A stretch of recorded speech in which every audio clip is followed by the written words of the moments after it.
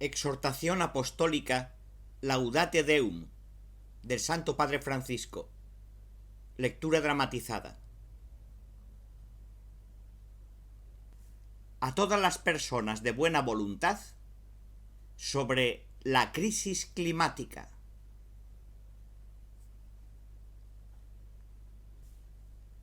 Alabad a Dios por todas sus criaturas. Esta era la invitación que hacía San Francisco de Asís con su vida, con sus cánticos, con sus gestos. Así recogía la propuesta de los salmos de la Biblia y reproducía la sensibilidad de Jesús ante las criaturas de su Padre. Mirad los lirios del campo, cómo van creciendo sin fatigarse ni tejer. Yo os aseguro que ni Salomón, en el esplendor de su gloria, se vistió como uno de ellos. ¿No se venden acaso 5 pájaros por 2 monedas? Sin embargo, Dios no olvida a ninguno de ellos.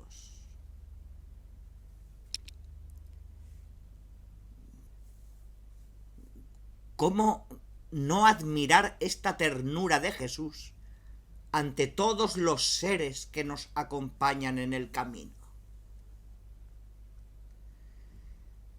Han pasado ya 8 años desde que publiqué la carta encíclica Laudato Si, cuando quise compartir con todos vosotros,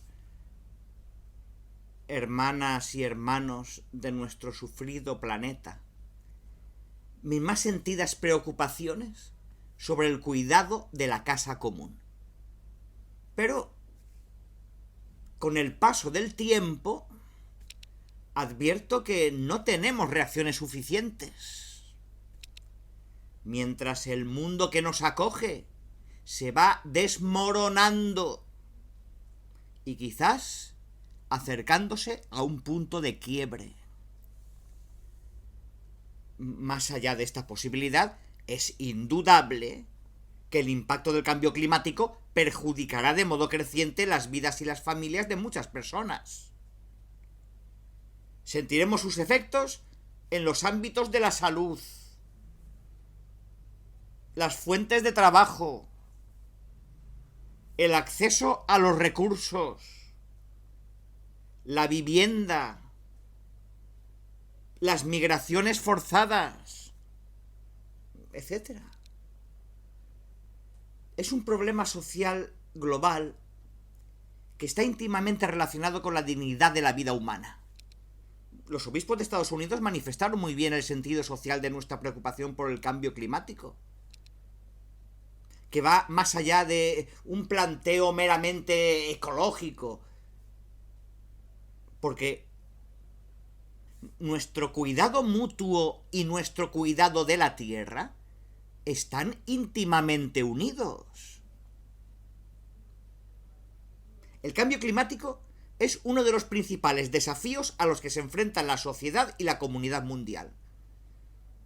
Los efectos del cambio climático son soportados por las personas más vulnerables, ya sea en casa o en todo el mundo. En pocas palabras lo dijeron también los obispos en el Sínodo para la Amazonía. Los atentados contra la naturaleza tienen consecuencias contra la vida de los pueblos. Y para expresar de modo contundente que ya no se trata de una cuestión secundaria o ideológica, sino de un drama que nos daña a todos, los obispos africanos afirmaron que el cambio climático pone de manifiesto un impactante ejemplo de pecado estructural.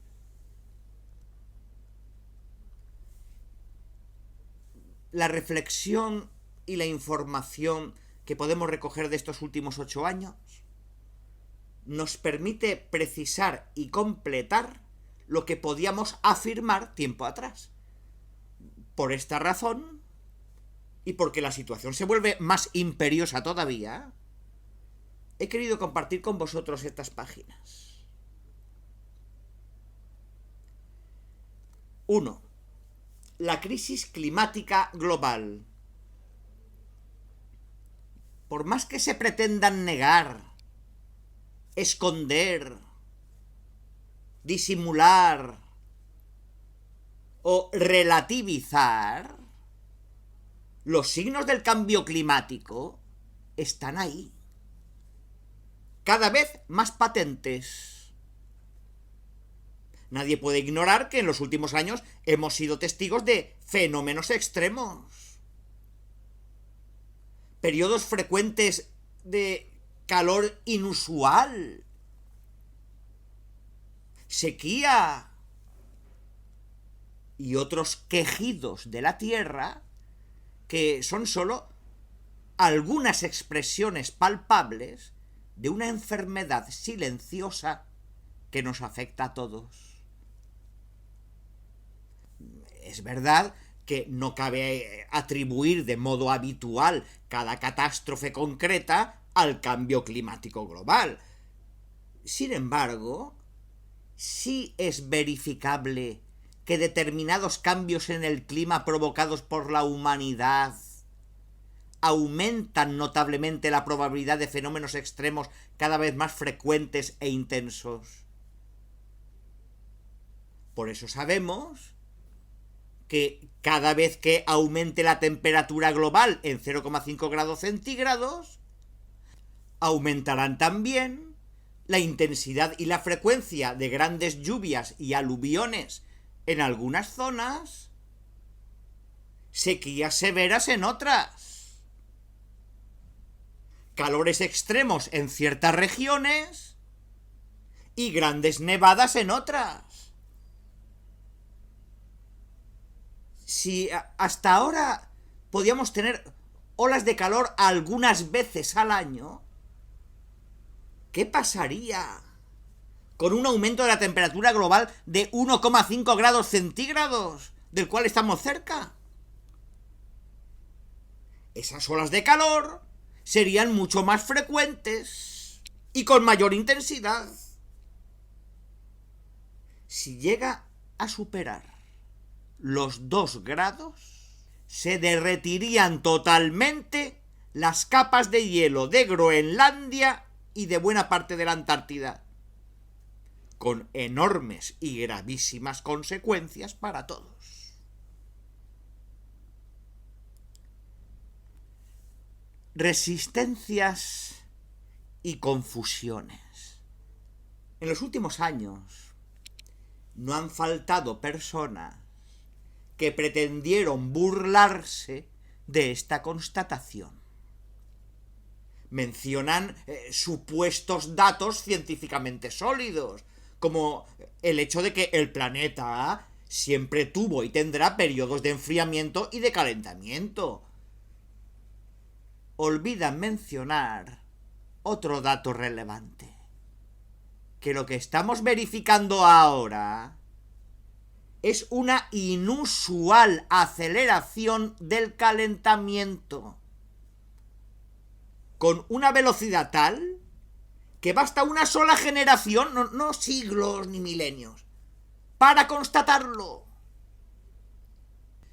El aumento del nivel del mar y el derretimiento de los glaciares pueden ser fácilmente percibidos por una persona a lo largo de su vida. Y probablemente, en pocos años, muchas poblaciones deberán trasladar sus hogares a causa de estos hechos. Para ridiculizar a quienes hablan del calentamiento global, se acude al hecho de que suelen verificarse fríos también extremos. Se olvida que este y otros síntomas extraordinarios no son más que diversas expresiones alternativas de la misma causa, el desajuste global que provoca el calentamiento del planeta. Tanto las sequías como las inundaciones Tanto los lagos que se secan, como las poblaciones arrasadas por maremotos o desbordes, tienen en definitiva el mismo origen. Por otra parte, si hablamos de un fenómeno global, no podemos confundirlo con eventos transitorios y cambiantes, que se explican en buena parte por factores locales. La falta de información lleva a confundir las grandes proyecciones climáticas que suponen periodos largos, hablamos al menos de décadas, con las previsiones meteorológicas que a lo sumo pueden abarcar algunas semanas. Cuando hablamos de cambio climático, nos referimos a una realidad global, con constantes variaciones locales, que persiste durante varias décadas. Y con la pretensión de simplificar la realidad, no faltan quienes responsabilizan a los pobres porque tienen muchos hijos. Y hasta pretenden resolverlo mutilando a las mujeres de países menos desarrollados. Como siempre, pareciera que la culpa es de los pobres. Pero la realidad es que un bajo porcentaje más rico del planeta contamina más que el 50% más pobre de toda la población mundial. Y que la emisión per cápita de los países más ricos es muchas veces mayor que la de los más pobres. ¿Cómo olvidar que África, que alberga más de la mitad de los más pobres del planeta, es responsable de una mínima parte de las emisiones históricas? También suele decirse que los esfuerzos por mitigar el cambio climático, reduciendo el uso de combustibles fósiles y desarrollando formas de energía más limpias, provocará una reducción de los puestos de trabajo. Lo que ocurre es que millones de personas pierden su empleo debido a las diversas consecuencias del cambio climático. Tanto el aumento del nivel del mar, como las sequías y muchos otros fenómenos que afectan al planeta, han dejado a mucha gente a la deriva. Por otra parte, la transición hacia formas renovables de energía bien gestionada, así como todos los esfuerzos de adaptación a los daños del cambio climático, son capaces de generar innumerables puestos de trabajo en diferentes sectores. Esto requiere que los políticos y empresarios estén ahora mismo ocupándose de ello. Las causas humanas. Ya no se puede dudar del origen humano, antrópico, del cambio climático. Veamos por qué. La concentración de gases de efecto invernadero en la atmósfera, que por ese efecto provocan el calentamiento de la Tierra, se mantuvo estable hasta el siglo XIX, por debajo de las 300 partes por millón en volumen.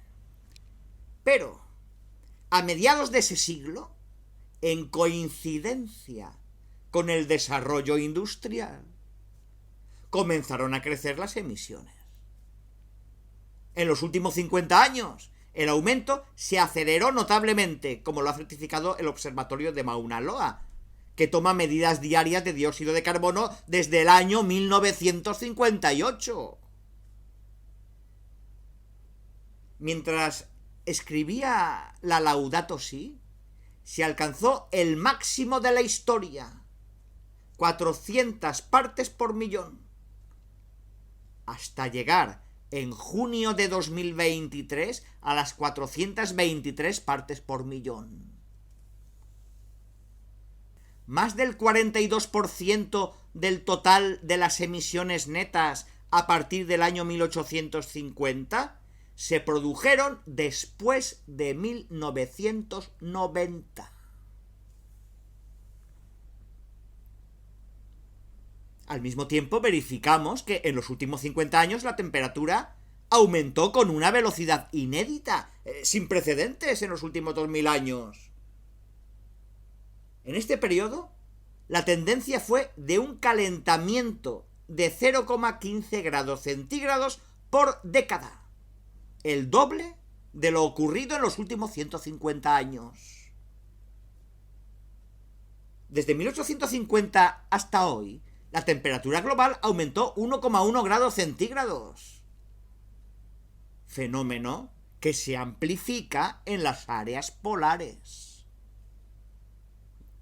A este ritmo es posible que en 10 años alcancemos el límite máximo global deseable de 1,5 grados centígrados.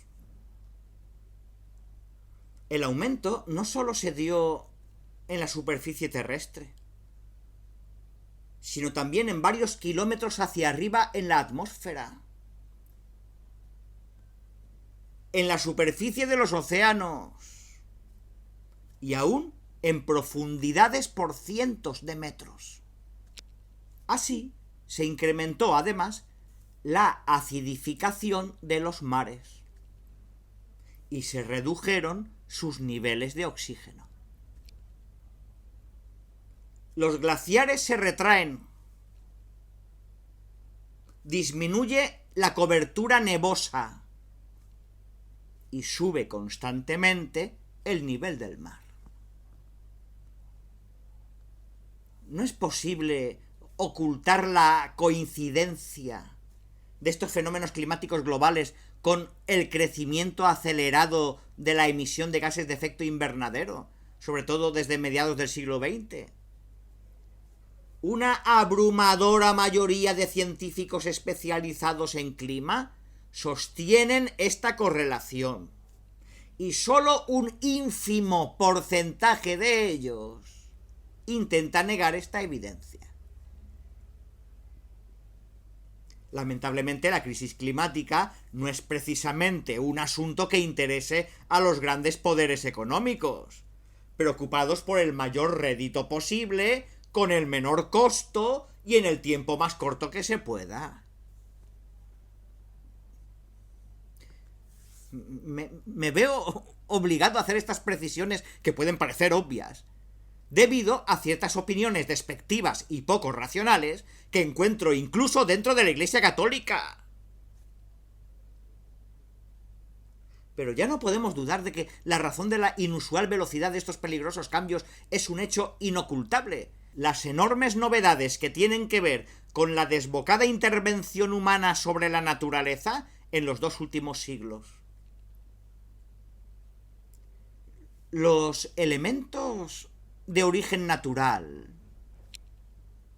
que suelen provocar calentamiento, como las erupciones volcánicas y otros, son insuficientes para explicar la proporción y la velocidad de los cambios de las últimas décadas.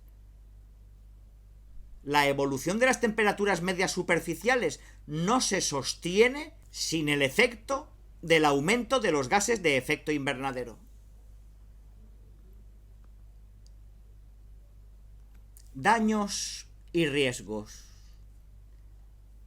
Algunas manifestaciones de esta crisis climática ya son irreversibles, al menos por cientos de años, como el aumento de la temperatura global de los océanos, su acidificación y su disminución de oxígeno. Las aguas oceánicas tienen una inercia térmica y se requieren siglos para normalizar la temperatura y la salinidad, lo cual afecta la supervivencia de muchas especies. Este es un signo, entre tantos otros, de que las demás criaturas de este mundo han dejado de ser compañeros de camino para convertirse en nuestras víctimas. Lo mismo hay que decir del proceso que lleva a la disminución del hielo continental. El derretimiento de los polos no podrá revertirse por cientos de años. Y en lo que respecta al clima, hay factores que siguen adelante durante mucho tiempo, independientemente de los hechos que los hayan desencadenado. Por esta razón, ya no podemos detener el enorme daño que hemos causado. Solo estamos a tiempo para evitar daños todavía más dramáticos. Ciertos diagnósticos apocalípticos suelen parecer poco racionales o insuficientemente fundados, pero esto no debería llevarnos a ignorar que la posibilidad de llegar a un punto crítico es real. Pequeños cambios pueden provocar cambios mayores, imprevistos y quizás ya irreversibles, debido a los factores de inercia. Así se terminaría desencadenando una cascada de acontecimientos que se precipiten como una bola de nieve. En un caso así, siempre se llegará tarde, porque ninguna intervención podrá detener el proceso ya iniciado. De allí no se regresa. No podemos afirmar con certeza que en las condiciones actuales esto vaya a suceder. Sí es seguro que no deja de ser una posibilidad, si tenemos en cuenta fenómenos ya en curso que sensibilizan al clima, como la disminución de los hielos, las modificaciones de flujos oceánicos, la deforestación de las selvas tropicales, el derretimiento del permafrost en Rusia, etc. Por consiguiente, urge una mirada más amplia que nos permita no solo admirarnos por las maravillas del progreso, sino también es apremiante prestar atención a otros efectos que probablemente ni siquiera podían imaginarse un siglo atrás. Se nos pide nada más que algo de responsabilidad ante la herencia que dejaremos tras nuestro paso por este mundo. Finalmente podemos agregar que la pandemia del COVID-19 ha constatado la estrecha relación de la vida humana con la de otros seres vivientes y con el medio ambiente. Pero en especial ha confirmado que lo que ocurre en cualquier lugar del mundo tiene repercusiones en todo el planeta. Esto me permite repetir dos convicciones en las cuales insisto hasta el cansancio. Todo está conectado y nadie se salva solo.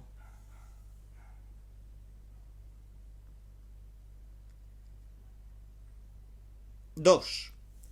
Más paradigma tecnocrático. En Laudato Si ofrecí un breve desarrollo acerca del paradigma tecnocrático que está detrás del proceso actual de degradación del ambiente. Es un modo de entender la vida y la acción humana que se ha desviado y que contradice la realidad hasta dañarla. En el fondo consiste en pensar como si la realidad, el bien y la verdad brotaran espontáneamente del mismo poder tecnológico y económico. Como lógica consecuencia, de aquí se pasa fácilmente a la idea de un crecimiento infinito o ilimitado que ha entusiasmado tanto a economistas, financistas y tecnólogos. Durante los últimos años hemos podido confirmar este diagnóstico al mismo tiempo que hemos asistido a un nuevo avance de dicho paradigma. La inteligencia artificial y las últimas novedades tecnológicas parten de la idea de un ser humano sin límite alguno, cuyas capacidades y posibilidades podrían ser ampliadas hasta el infinito gracias a la tecnología. Así, el paradigma tecnocrático se retroalimenta monstruosamente. Sin duda, no son ilimitados los recursos naturales que requiere la tecnología, como el litio, el silicio y tantos otros. Pero el mayor problema es la ideología que subyace a una obsesión: acrecentar el poder humano más allá de lo imaginable, frente al cual la realidad no humana es un mero recurso a su servicio.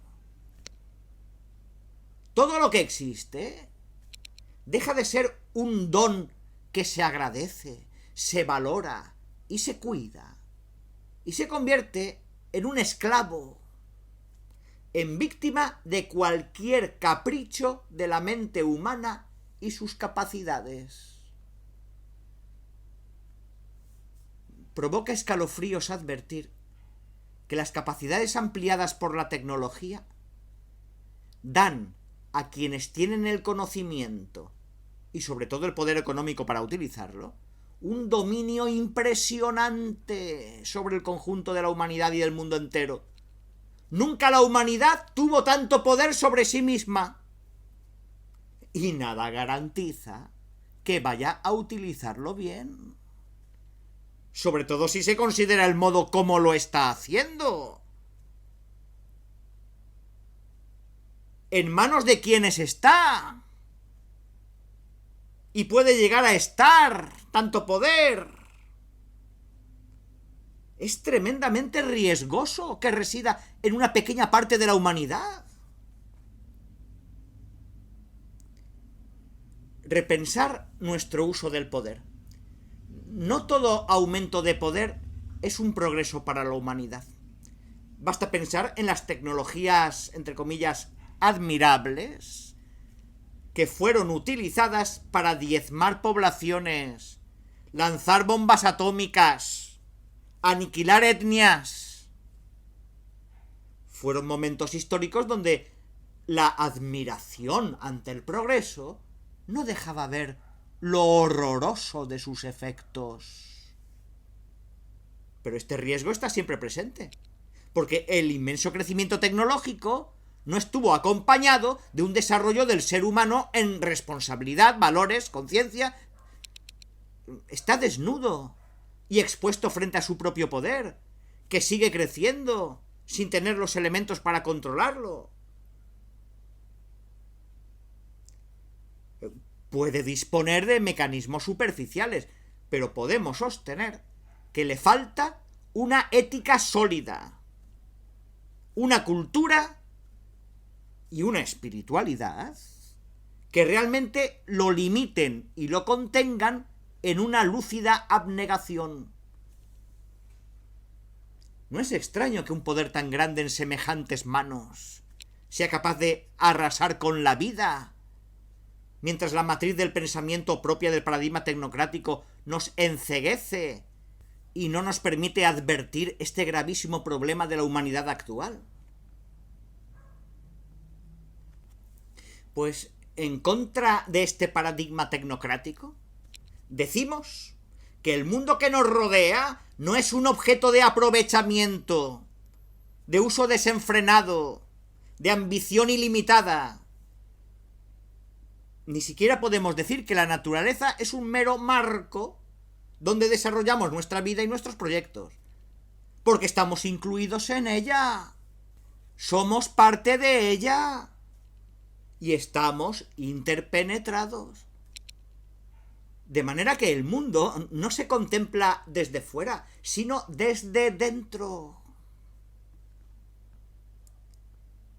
Esto mismo excluye la idea de que el ser humano sea un extraño, un factor externo solo capaz de dañar el ambiente. No, debe ser considerado como parte de la naturaleza.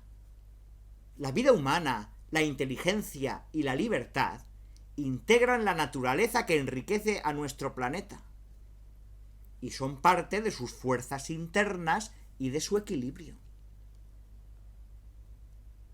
Por eso, un ambiente sano también es producto de la interacción del ser humano con el ambiente, como ocurre en las culturas indígenas, como ha ocurrido durante siglos en distintas regiones de la Tierra. Los grupos humanos muchas veces han creado ambiente, lo han remodelado de alguna manera sin destruirlo ni ponerlo en peligro. El gran problema actual es que el paradigma tecnocrático ha destrozado esta sana y armónica relación. De todos modos, la indispensable superación de ese paradigma tan dañino y destructivo no se encontrará en una negación del ser humano, sino que incluye la interacción de los sistemas naturales con los sistemas sociales. Necesitamos repensar entre todos la cuestión del poder humano. ¿Cuál es su sentido? ¿Cuáles son sus límites? Porque nuestro poder ha aumentado frenéticamente en pocas décadas. Hemos hecho impresionantes y asombrosos progresos tecnológicos y no advertimos que al mismo tiempo nos convertimos en seres altamente peligrosos, capaces de poner en riesgo la vida de muchos seres y nuestra propia supervivencia. Cabe repetir hoy la ironía de Soloviev: un siglo tan avanzado que era también el último. Hace falta lucidez y honestidad para reconocer a tiempo que nuestro poder y el progreso que generamos se vuelven contra nosotros mismos. El aguijón ético. La decadencia ética del poder real se disfraza gracias al marketing y a la información falsa, mecanismos útiles en manos de quienes tienen mayores recursos para incidir en la opinión pública a través de ellos.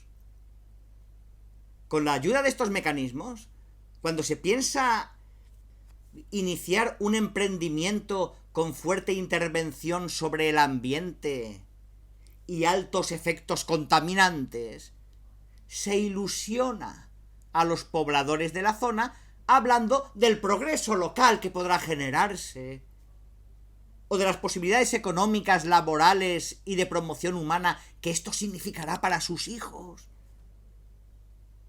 Pero en realidad no parece interesarles de verdad el futuro de esas personas, porque no se les dice con claridad que detrás de ese emprendimiento quedarían una tierra arrasada, unas condiciones mucho más desfavorables para vivir y prosperar, una región desolada, menos habitable, sin vida y sin la alegría de la convivencia y de la esperanza. Además del daño global que termina perjudicando a muchos más.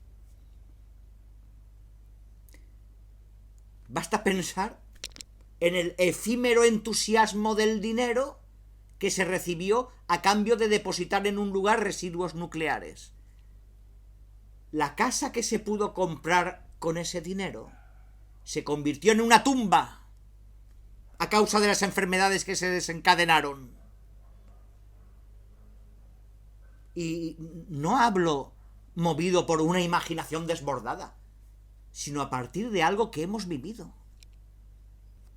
Podría decirse que se trata de un ejemplo extremo, pero no cabe hablar aquí de daños menores, porque es precisamente la sumatoria de muchos daños que se consideran tolerables lo que termina llevándonos a la situación en la que ahora nos encontramos. Esta situación no tiene que ver solo con la física o la biología, sino también con la economía y nuestro modo de concebirla.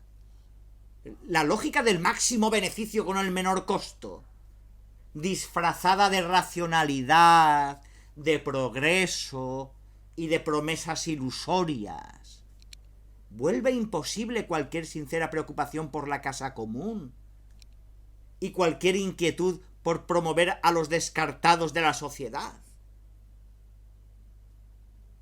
En los últimos años podemos advertir que, aturdidos y extasiados frente a las promesas de tantos falsos profetas, a veces los mismos pobres caen en el engaño de un mundo que no se construye para ellos. Se desarrollan planteos equivocados en torno a la llamada meritocracia, convertida en un merecido poder humano al que todo debe someterse, en un dominio de los que nacieron con mejores condiciones de desarrollo. Una cosa es un sano planteo sobre el valor del esfuerzo, el desarrollo de las propias capacidades y un loable espíritu de iniciativa, ¿sí? Pero si no se busca una real igualdad de oportunidades, esto se convierte fácilmente en una pantalla que consolida más aún los privilegios de unos pocos con mayor poder. Dentro de esta lógica perversa, ¿qué les importa el daño a la casa común? Si ellos se sienten seguros bajo la supuesta armadura de los recursos económicos que han conseguido con su capacidad y con su esfuerzo.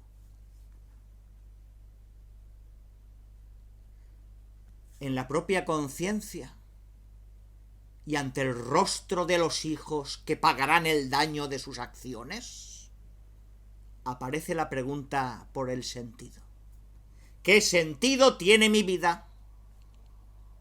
¿Qué sentido tiene mi paso por esta tierra? ¿Qué sentido tienen, en definitiva, mi trabajo y mi esfuerzo?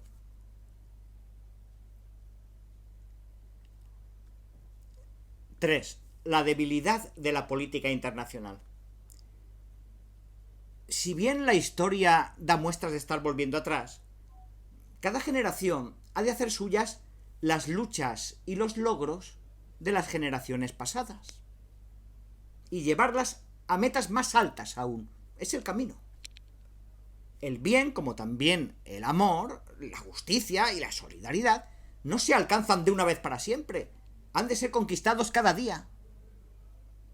Para que haya avances sólidos y duraderos, me permito insistir en que deben ser favorecidos los acuerdos multilaterales entre los estados. No es conveniente confundir el multilateralismo con una autoridad mundial concentrada en una persona o en una élite con excesivo poder. Cuando se habla de la posibilidad de alguna forma de autoridad mundial regulada por el derecho, no necesariamente debe pensarse en una autoridad personal. Hablemos sobre todo de organizaciones mundiales más eficaces, dotadas de autoridad para asegurar el bien común mundial, la erradicación del hambre y la miseria, y la defensa cierta de los derechos humanos elementales. La cuestión es que deben estar dotadas de autoridad real, de manera que se pueda asegurar el cumplimiento de algunos objetivos irrenunciables. De este modo, se daría lugar a un multilateralismo que no dependa de las circunstancias políticas cambiantes o de los intereses de unos pocos, y que tenga una eficacia estable. Sigue siendo lamentable que las crisis mundiales sean desaprovechadas, cuando serían la ocasión para provocar cambios saludables. Es lo que ocurrió con la crisis financiera de 2007-2008. Y ha vuelto a ocurrir en la crisis del COVID-19. Porque las verdaderas estrategias que se desarrollaron posteriormente en el mundo se orientaron a más individualismo, a más desintegración, a más libertad para los verdaderos poderosos, que siempre encuentran la manera de salir indemnes. Reconfigurar el multilateralismo. Más que salvar el viejo multilateralismo, parece que el desafío actual está en reconfigurarlo y recrearlo teniendo en cuenta la nueva situación mundial. Os invito a reconocer que tantas agrupaciones y organizaciones de la sociedad civil ayudan a paliar las debilidades de la comunidad internacional, su falta de coordinación en situaciones complejas, su falta de atención frente a derechos humanos. Por ejemplo, el proceso de Ottawa contra el uso, producción y manufactura de las minas antipersonales. Es un ejemplo que muestra cómo la sociedad civil, con sus organizaciones, es capaz de crear dinámicas eficientes que las Naciones Unidas no logran. De este modo, se aplica el principio de subsidiariedad también a la relación mundial local. A mediano plazo, la globalización favorece intercambios culturales espontáneos, mayor conocimiento mutuo y caminos de integración de las poblaciones que terminen provocando un multilateralismo desde abajo y no simplemente decidido por las élites del poder. Las exigencias que brotan desde abajo en todo el mundo, donde luchadores de los más diversos países se ayudan y se acompañan, pueden terminar presionando a los factores de poder. Es de esperar que esto ocurra con respecto a la crisis climática. Por eso reitero que si los ciudadanos no controlan al poder político, nacional, regional y municipal, tampoco es posible un control de los daños ambientales. La cultura posmoderna generó una nueva sensibilidad hacia los que son más débiles y menos dotados de poder. Esto se conecta con mi insistencia en la carta encíclica Fratelli Tutti sobre el primado de la persona humana y la defensa de su dignidad más allá de toda circunstancia.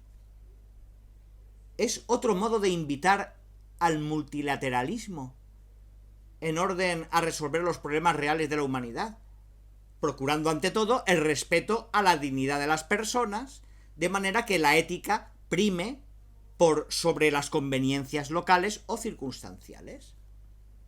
No se trata de reemplazar a la política, porque por otro lado las potencias emergentes se vuelven cada vez más relevantes y de hecho son capaces de obtener resultados importantes en la resolución de problemas concretos, como algunas de ellas han demostrado en la pandemia. Precisamente el hecho de que las respuestas a los problemas puedan venir de cualquier país, aunque sea pequeño, termina presentando al multilateralismo como un camino inevitable. La vieja diplomacia, también en crisis, sigue mostrando su importancia y su necesidad. Todavía no ha logrado generar un modelo de diplomacia multilateral que responda a la nueva configuración del mundo. Pero si sabe reconfigurarse, debe ser parte de la solución. Porque la experiencia de siglos tampoco puede ser desechada. El mundo se vuelve tan multipolar y a la vez tan complejo que se requiere un marco diferente de cooperación efectiva. No basta pensar en los equilibrios de poder, sino también en la necesidad de dar respuesta a los nuevos desafíos y de reaccionar con mecanismos globales ante los retos ambientales, sanitarios, culturales y sociales, especialmente para consolidar el respeto a los derechos humanos más elementales, a los derechos sociales y al cuidado de la casa común. Se trata de establecer reglas globales y eficientes que permitan asegurar esta tutela mundial. Todo esto supone generar un nuevo procedimiento de toma de decisiones y de legitimación de esas decisiones, porque el establecido varias décadas atrás no es suficiente ni parece eficaz. En este marco, necesariamente, se requieren espacios de conversación, de consulta, de arbitraje, de resolución de conflictos y de supervisión. Y en definitiva, una suerte de mayor democratización en el ámbito global para que se expresen e incorporen las variadas situaciones. Ya no nos servirá sostener instituciones para preservar los derechos de los más fuertes sin cuidar los de todos.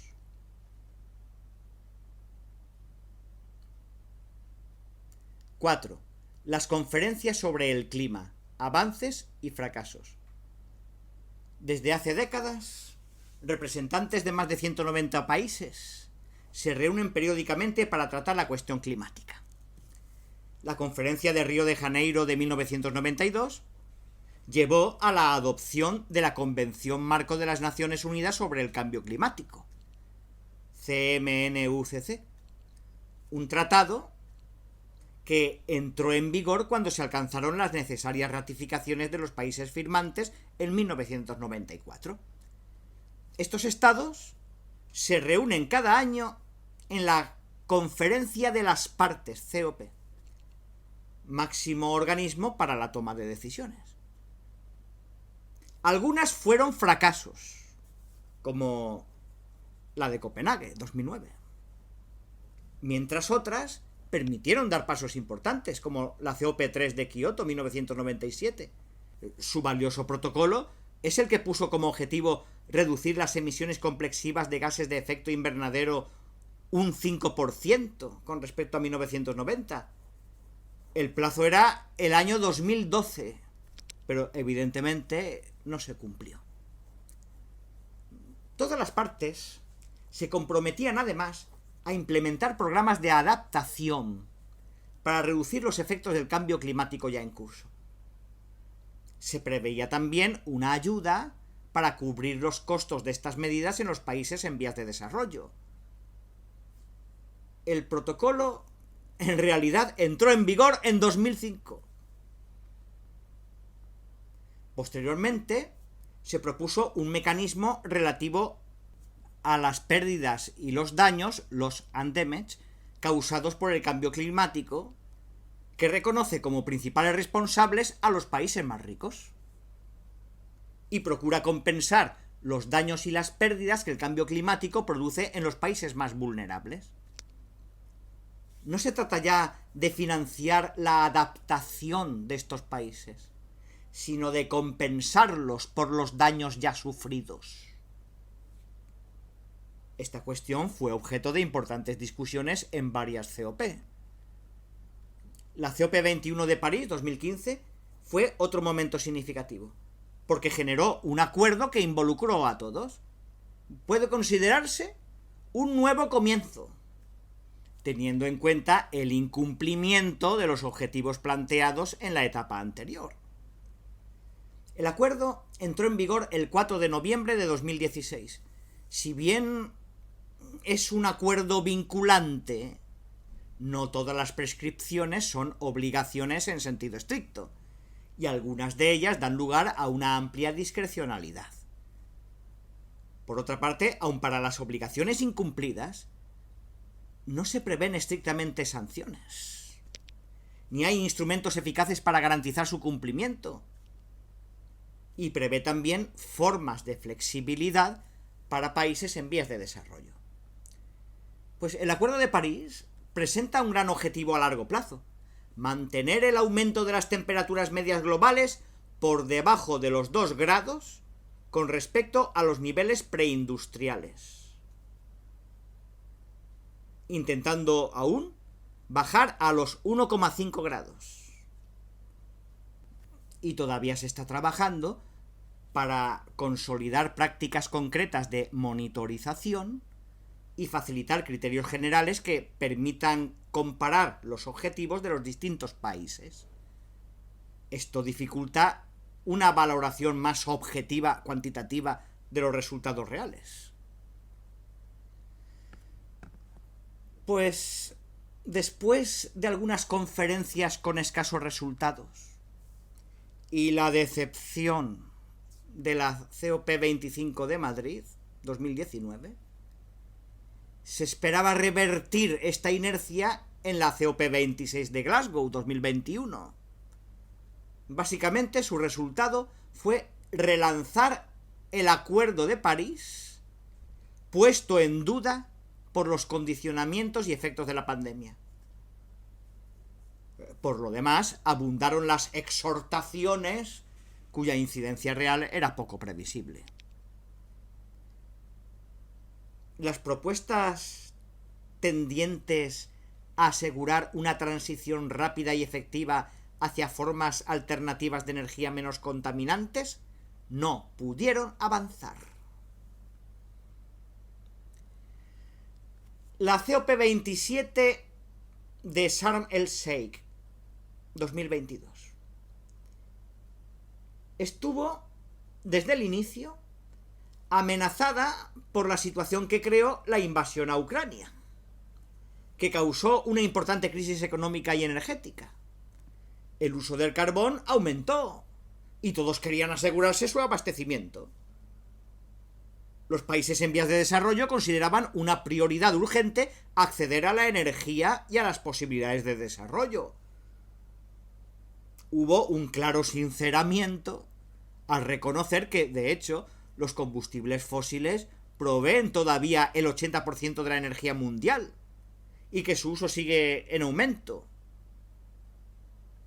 Esta conferencia egipcia fue un ejemplo más de la dificultad de las negociaciones. Podría decirse que produjo al menos un avance en la consolidación del sistema de financiación por las pérdidas y los daños en los países más afectados por los desastres climáticos.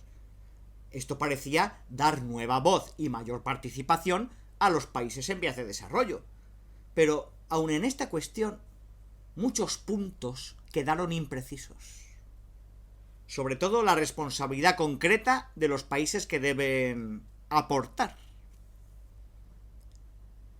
Hoy podemos seguir afirmando que los acuerdos han tenido un bajo nivel de implementación, porque no se establecieron adecuados mecanismos de control, de revisión periódica y de sanción de los incumplimientos. Los principios enunciados siguen reclamando caminos eficaces y ágiles de ejecución práctica.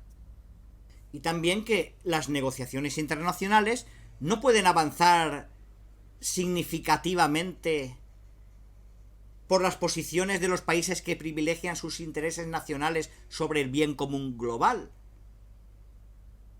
Quienes sufrirán las consecuencias que nosotros intentamos disimular recordarán esta falta de conciencia y de responsabilidad.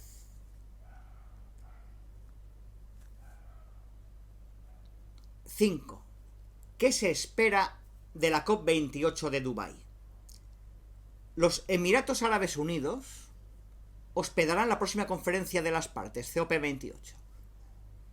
Es un país del Golfo Pérsico que se caracteriza por ser un gran exportador de energías fósiles, si bien ha hecho importantes inversiones en energías renovables. Mientras tanto, las empresas de gas y petróleo ambicionan nuevos proyectos allí para ampliar más aún la producción.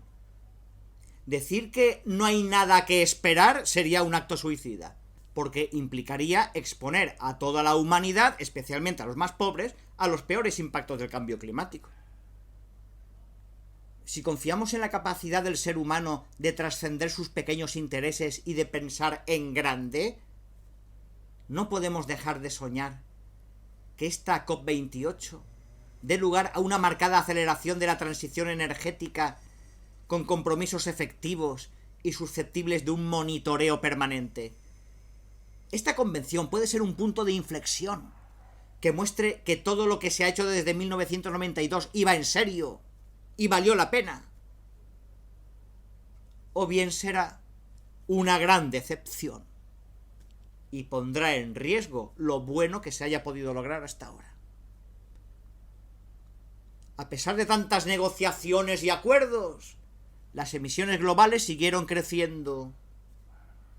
Es verdad que se puede afirmar que sin estos acuerdos habrían crecido todavía más.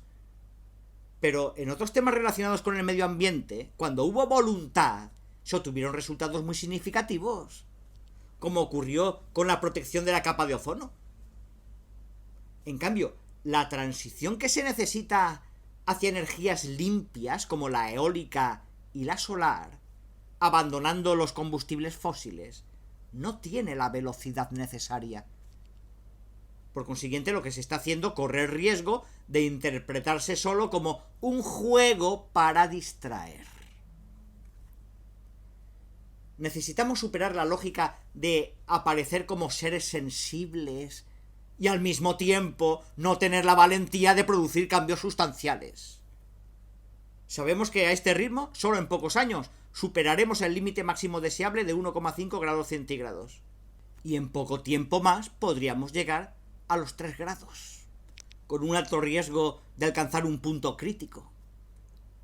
Y aunque no se llegara a este punto de no retorno, lo cierto es que las consecuencias serían desastrosas.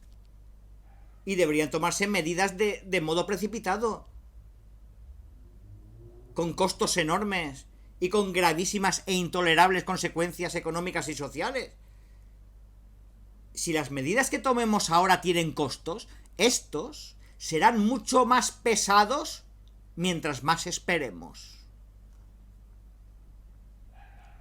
Considero imprescindible insistir en que buscar solo un remedio técnico a cada problema ambiental que surja es aislar cosas que en la realidad están entrelazadas y esconder los verdaderos y más profundos problemas del sistema mundial. Es verdad que son necesarios los esfuerzos de adaptación frente a los males que son irreversibles en el corto plazo. También son positivas algunas intervenciones y avances tecnológicos que permitan absorber o capturar los gases emitidos. Pero corremos el riesgo de quedarnos encerrados en la lógica de emparchar, colocar remiendos, atar con alambre, mientras por lo bajo avanza un proceso de deterioro que continuamos alimentando. Suponer que cualquier problema futuro podrá ser resuelto con nuevas intervenciones técnicas es un pragmatismo homicida. Como patear hacia adelante una bola de nieve. Terminemos de una vez con las burlas irresponsables que presentan este tema como algo solo ambiental, verde, romántico, frecuentemente ridiculizado por los intereses económicos. Aceptemos finalmente que es un problema humano y social en un variado arco de sentidos. Por eso se requiere un acompañamiento de todos. Suelen llamar la atención en las conferencias sobre el clima las acciones de grupos que son criticados como radicalizados. Pero en realidad ellos cubren un vacío de la sociedad entera, que debería ejercer una sana presión, porque a cada familia le corresponde pensar que está en juego el futuro de sus hijos.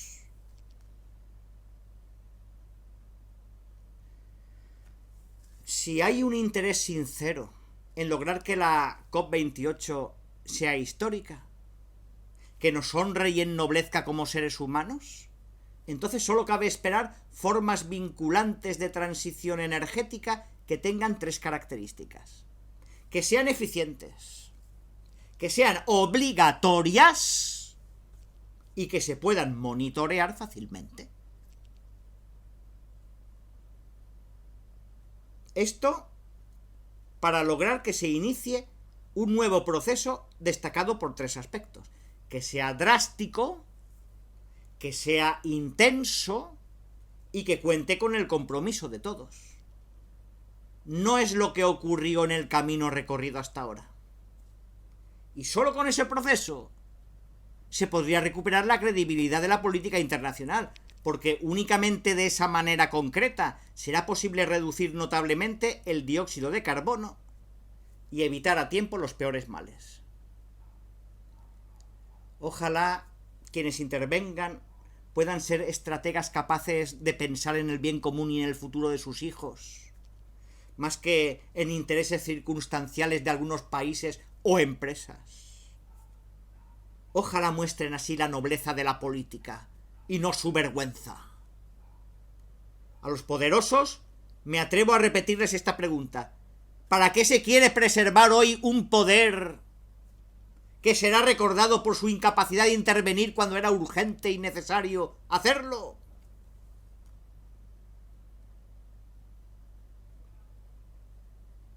Seis, las motivaciones espirituales.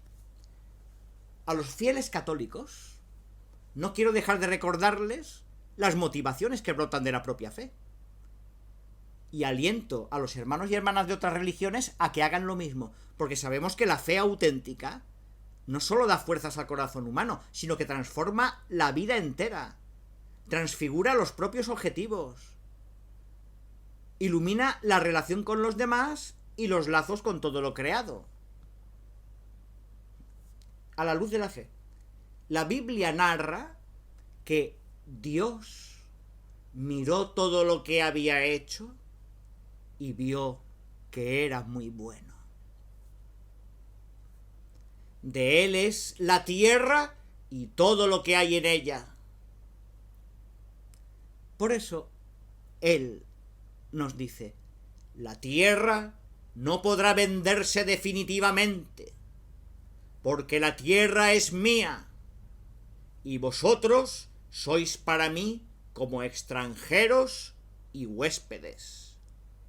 Levítico 25-23.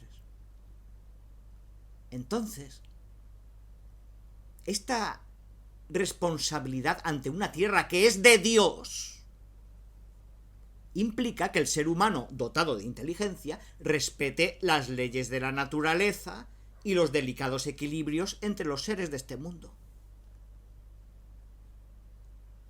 Por otra parte, el conjunto del universo, con sus múltiples relaciones, muestra mejor la inagotable riqueza de Dios. Por consiguiente, para ser sabios, necesitamos captar la variedad de las cosas en sus múltiples relaciones. En este camino de sabiduría, no es irrelevante para nosotros que desaparezcan tantas especies, o que la crisis climática ponga en riesgo la vida de tantos seres. Jesús podía invitar a otros a estar atentos a la belleza que hay en el mundo, porque Él mismo estaba en contacto permanente con la naturaleza y le prestaba una atención llena de cariño y asombro. Cuando recorría cada rincón de su tierra, se detenía a contemplar la hermosura sembrada por su Padre e invitaba a sus discípulos a reconocer en las cosas un mensaje divino. Al mismo tiempo, las criaturas de este mundo ya no se nos presentan como una realidad meramente natural, porque el resucitado las envuelve misteriosamente y las orienta a un destino de plenitud. Las mismas flores del campo y las aves que él contempló admirado con sus ojos humanos, ellas ahora están llenas de su presencia luminosa. Si el universo se desarrolla en Dios, que lo llena todo, entonces hay mística en una hoja, en un camino, en el rocío y en el rostro del pobre. El mundo canta un amor infinito. ¿Cómo no cuidarlo? Caminar en comunión y compromiso. Dios nos ha unido a todas sus criaturas. Sin embargo, el paradigma tecnocrático nos puede aislar del mundo que nos rodea y nos engaña haciéndonos olvidar que todo el mundo es una zona de contacto. La cosmovisión judeocristiana defiende el valor peculiar y central del ser humano en medio del concierto maravilloso de todos los seres. Pero hoy nos vemos obligados a reconocer que solo es posible sostener un antropocentrismo situado. Es decir, reconocer que la vida humana es incomprensible e insostenible sin las demás criaturas, porque todos los seres del universo estamos unidos por lazos invisibles y conformamos una especie de familia universal, una sublime comunión que nos mueve a un respeto sagrado, cariñoso y humilde. Y esto no es producto de nuestra voluntad. Tiene otro origen que está en la raíz de nuestro ser, ya que Dios nos ha unido tan estrechamente al mundo que nos rodea, que la desertificación del suelo es como una enfermedad para cada uno. Y podemos lamentar la extinción de una especie como si fuera una mutilación. Así terminamos con la idea de un ser humano autónomo, todopoderoso, ilimitado, y nos repensamos a nosotros mismos para entendernos de una manera más humilde y más rica. Pues invito a cada uno a acompañar este camino de reconciliación con el mundo que nos alberga y a embellecerlo con el propio aporte, porque ese empeño propio tiene que ver con la dignidad personal y con los grandes valores. Sin embargo, no puedo negar que es necesario ser sinceros y reconocer que las soluciones más efectivas no vendrán solo de esfuerzos individuales, sino ante todo de las grandes decisiones en la política nacional e internacional. No obstante, todo suma. Y evitar entre todos un aumento de 1/10 de grado en la temperatura global ya puede ser suficiente para evitar algunos sufrimientos a muchas personas. Pero lo que importa es algo menos cuantitativo. Recordar que no hay cambios duraderos sin cambios culturales, sin una maduración en la forma de vida y en las convicciones de las sociedades. Y no hay cambios culturales sin cambios en las personas. El esfuerzo de los hogares por contaminar menos, reducir los desperdicios, consumir con prudencia, va creando una nueva cultura. Este solo hecho de modificar los hábitos personales, familiares y comunitarios alimenta la preocupación frente a las responsabilidades incumplidas de los sectores políticos y la indignación ante el desinterés de los poderosos. Advirtamos entonces que, aun cuando esto no produce de inmediato un efecto muy notable desde el punto de vista cuantitativo, sí colabora para gestar grandes procesos de transformación que operan desde las profundidades de la sociedad. Si consideramos que las emisiones per cápita en Estados Unidos son alrededor del doble de las de un habitante de China y cerca de 7 veces más respecto a la media de los países más pobres, podemos afirmar que un cambio generalizado en el estilo de vida irresponsable ligado al modelo occidental tendría un impacto significativo a largo plazo. Así, junto con las indispensables decisiones políticas, estaríamos en la senda del cuidado mutuo. Alabad a Dios es el nombre de esta carta. Porque un ser humano que pretende ocupar el lugar de Dios se convierte en el peor peligro para sí mismo. Dado en Roma, en la Basílica de San Juan de Letrán, el 4 de octubre, fiesta de San Francisco de Asís del año 2023, 11º de mi pontificado. Francisco.